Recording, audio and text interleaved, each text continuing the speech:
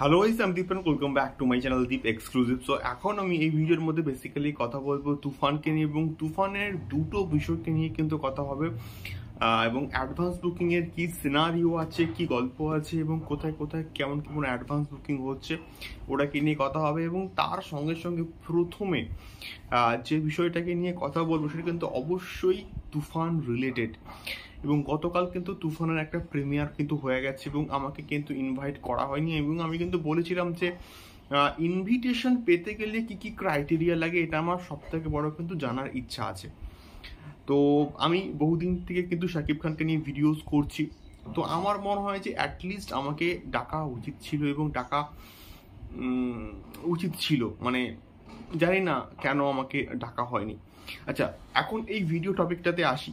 তো তুফান তুফান বুক মাই শোতে কিন্তু মোটামুটি অ্যাডভান্স বুকিং স্টার্ট হয়ে গেছে এবং আমাদের ওয়েস্ট বেঙ্গলে একটা ভালো রকম শো পেয়ে কিন্তু মুক্তি পাচ্ছে। ইভেন আমাদের কলকাতাতে এখন অবধি 20+ শো কিন্তু পেয়েছে। তো বর্তমানে তোমরা যদি তুফানকে আমাদের বুক মাই শোতে ইন্ডিয়াতে সার্চ করে দেখো, তাহলে কিন্তু 3 নম্বরে কিন্তু ট্রেন্ড করছে তুফান। এবং প্রথমে অবশ্যই কালকি 2898 AD, এবং দ্বিতীয়ত হচ্ছে কিল কিল বলে যে প্রজেক্টটা আজকের মুক্তি পাচ্ছে সেইটা। এবং তার সঙ্গে সঙ্গে কিন্তু তুফান তুফান কিন্তু 3 নম্বরে বুক মাই শোতে কিন্তু ট্রেন্ড করছে। এবং এটা একটা সত্যি বলতে বিরাট বড় একটা অ্যাচিভমেন্ট যে তুফান বুক মাই শোতে ট্রেন্ড করছে। শাকিব খানের কোনো সিনেমাকে মানুষ বুক মাই শোতে এসে সার্চ করছে, এটা একটা সত্যি বলতে বিরাট বড় একটা ব্যাপার বলে আমি অ্যাটলিস্ট মনে করি। দেখা যাক আলটিমেটলি অ্যাডভান্স বুকিং এর কি গল্পটা দাঁড়ায়, এবং আমি তো অবশ্যই ভিডিওস বানাবো এবং তুফানের রিভিউ কিন্তু অবশ্যই আর কিছুক্ষণের মধ্যে আসবে। তোমরা যখন এই ভিডিওটা দেখছো তখন হয়তো আমি তুফান দেখছি, হয়তো এমনটাও কিন্তু হতে পারে। তো তুফান বর্তমানে কিন্তু ট্রেন্ড করছে বুক মাই শোতে, এবং এটা একটা সত্যি বলতে বিরাট বড় রেকর্ড।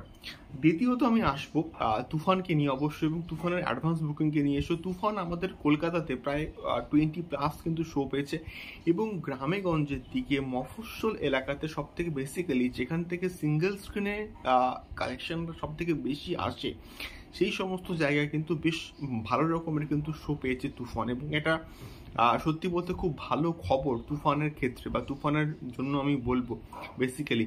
এবং এখানে সিনেপলিস লেক মলের যে একটা শো পেয়েছে, সম্ভবত 4:25 একটা কিন্তু শো দেওয়া হয়েছে, সেই শোটার একটা পোর্শন, একটা স্লট কিন্তু ফার্স্ট ফিলিং দেখাচ্ছে।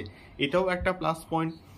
এরকম ছোট্ট ছোট্ট করে স্টেপে তুফান যদি অ্যাডভান্স বুকিং ভালো করে বা স্পট বুকিং হয়, তাহলে তুফানের কিন্তু বক্স অফিস কালেকশনে আমরা একটু হলেও কিন্তু গ্রোথ দেখতে পাবো। এবং আমাদের এখানকার যে অডিয়েন্স, সেই অডিয়েন্সের যদি একটু হলেও ভালো লাগে তাহলে কিন্তু তুফান ভালো রকমের কিন্তু ব্যবসা করবে বক্স অফিস থেকে। দেখা যাক সুরঙ্গের মতো ডিজাস্টার হয় নাকি তুফান একটা ভালো হিট সিনেমা হিসেবে আমাদের এখান থেকে ভার্ডিক্ট পায়। তোমাদের কি মতামত, এবং তোমরা কারা কারা তুফান দেখছো আজকে অবশ্যই কিন্তু কমেন্ট করে শেয়ার করো। দেখা হচ্ছে পরবর্তী ভিডিওতে তুফান সংক্রান্ত আরো অনেক অনেক আপডেটস নিয়ে। টাটা।